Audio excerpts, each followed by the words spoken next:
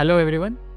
मैं doctor Shyam Meda, interventional cardiologist practising at Chandrapur. आज आपके सामने मैं हार्ट अटैक के सीरीज़ में और एक नया टॉपिक लेके आया हूँ। उसके बारे में बताने के पहले मैं आपको एक छोटा सा पेशेंट का स्टोरी आपको साथ शेयर करना चाहता हूँ। फिलहाल कुछ दिन पहले मेरे पास एक एल्डरली पेशेंट आए थे जिनका उम्र लगभग 55 ईयर्स था। फीमेल पेशेंट थे।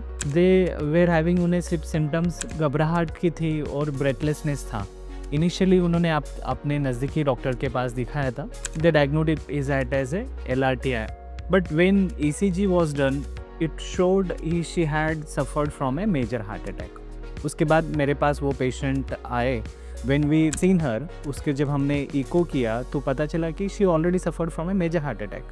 बट जब उनके सिम्टम्स हमने पूछे, कभी आपको चेस्ट पेन हुआ या और कोई हार्ट अटैक के जैसे सिम्टम्स होते, वैसे कोई सिम्टम्स नहीं थे, but still she suffered from a major heart attack. So what it is, इस कंडीशन को हम जनरली कहते हैं साइलेंट हार्ट अटैक। तो साइलेंट हार्ट अटैक ऐसा कंडीशन होता है जिसमें टिपिकल जो हार्ट अटैक के सिम्टम्स होते हैं, जैसे कि चेस्ट पेन होना, वो चेस्ट पेन हाथ में रेडिएट होना, साथ में पसीना आना, ये क्लासिकल सिम्टम्स उसमें नहीं होते हैं। इसके अलावा patient most of the time atypical symptoms होते हैं, जैसे कि चलते समय सांस फूलना या सांस लेने में काफ़ी दिक्कत होना या डिजीनेस जैसे चक्कर आना, ये सिम्टम्स हो सकते हैं। सो इसका इंसिडेंस अगर मैं कहूँ तो इंडियन पॉपुलेशन में काफ़ी कॉमन है। Why? Because of diabetes. Indian population जो है वर्ल्ड में नंबर 1 है डायबिटीज़ के लिए। सो इसके वजह से साइलेंट हार्ट अटैक के जो रिस्क है वो भी काफ़ी बढ़ रहा है। तो इनफैक्ट स्टडीज़ ने प्रूव किया है कि हर 3 में से 1 हार्ट अटैक जो होता है ये साइलेंट हार्ट अटैक होता है इंडिया में।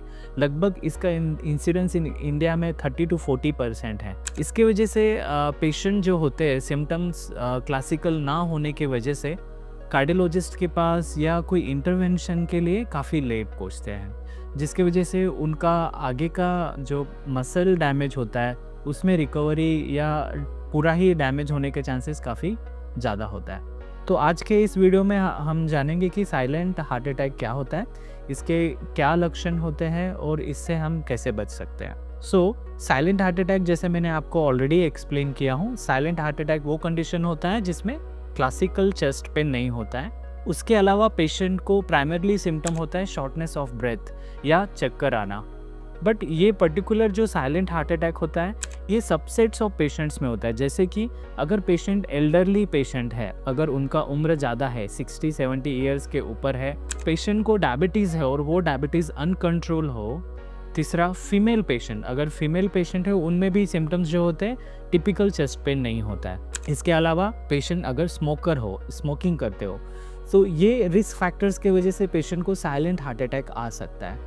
तो साइलेंट हार्ट अटैक आने का रिस्क फैक्टर तो आपने जान लिया। अगर आप मैकेनिज्म या रूट कॉज देखोगे तो जो पेन के नर्व रिसेप्टर्स होते हैं या जो नर्व्स होते हैं उनके डैमेज के वजह से पेशेंट को पेन जो होना चाहिए हार्ट अटैक में वो नहीं होता, जिसकी वजह से वो अस्पताल में आने के लिए देरी होती है और उनका कॉम्प्लिकेशन रेट या प्रोग्नोसिस जो है काफ़ी बैड होता है।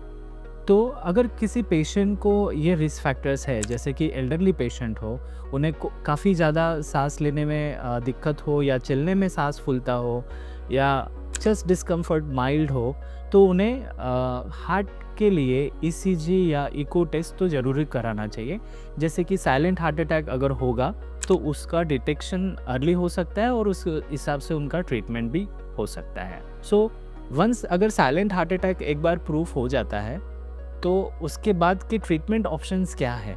मोस्ट ऑफ द टाइम क्या होता है कि साइलेंट हार्ट अटैक आके चले जाता है, पेशेंट काफ़ी लेट हॉस्पिटल में पहुंचते हैं, जिसकी वजह से उनका हार्ट का पंपिंग एक्शन, जिसे हम इजेक्शन फ्रैक्शन कहते हैं, वो काफ़ी कम होता है। ऐसे समय पेशेंट को इंटरवेंशन करके ज़्यादा बेनिफिट नहीं होता है। So most of the time we say उन्हें हम एडवाइस करते हैं कि मेडिकल मैनेजमेंट के लिए इनिशियली, उसके बाद हम उसकी वायबिलिटी देखते हैं। वायबिलिटी इन द सेंस कि जिस वेसल में हार्ट अटैक आया है, जिस नस का ब्लॉकेज में है, उस टेरिटरी में मायोकार्डियम यानी हार्ट का मसल कितना वायबल, अगर हम कोई इंटरवेंशन करते हैं तो उसमें कितना % चांसेस है कि वो मसल रीगेन हो सकता है या उनका फंक्शन रीगेन हो सकता है। ऐसा अगर वायबिलिटी टेस्ट में पाया जाता है, वायबल अगर मायोकार्डियम होता है, तो इंटरवेंशन करने में पेशेंट को बेनिफिट होता है। अगर ऐसा नहीं है तो मोस्ट ऑफ द टाइम हम मेडिकल मैनेजमेंट के लिए उन्हें एडवाइस करते हैं। सो एट लास्ट इसे प्रिवेंट कैसे किया जा सकता है? सिंपल स्टेप्स हैं। अगर किसी पेशेंट को ऑलरेडी रिस्क फैक्टर्स है तो उन्हें माइल्ड चेस्ट डिस्कम्फर्ट या इंडाइजेशन या फिर ब्रेथलेसनेस, सांस लेने में दिक्कत इग्नोर नहीं करना चाहिए। ये साइलेंट हार्ट अटैक भी हो सकता है। आपको हार्ट कंडीशन के लिए ज़रूर स्क्रीन कराना चाहिए। एक बार स्क्रीनिंग और हार्ट के डिसीज़ रूल आउट हो जाते हैं, then you are safe ahead. आशा करता हूँ ये वीडियो आपको पसंद आया हो। अगर आपको मेरी वीडियो सीरीज़ पसंद आ रही हो तो लाइक करें और सब्सक्राइब करना ना भूलें। Thank you.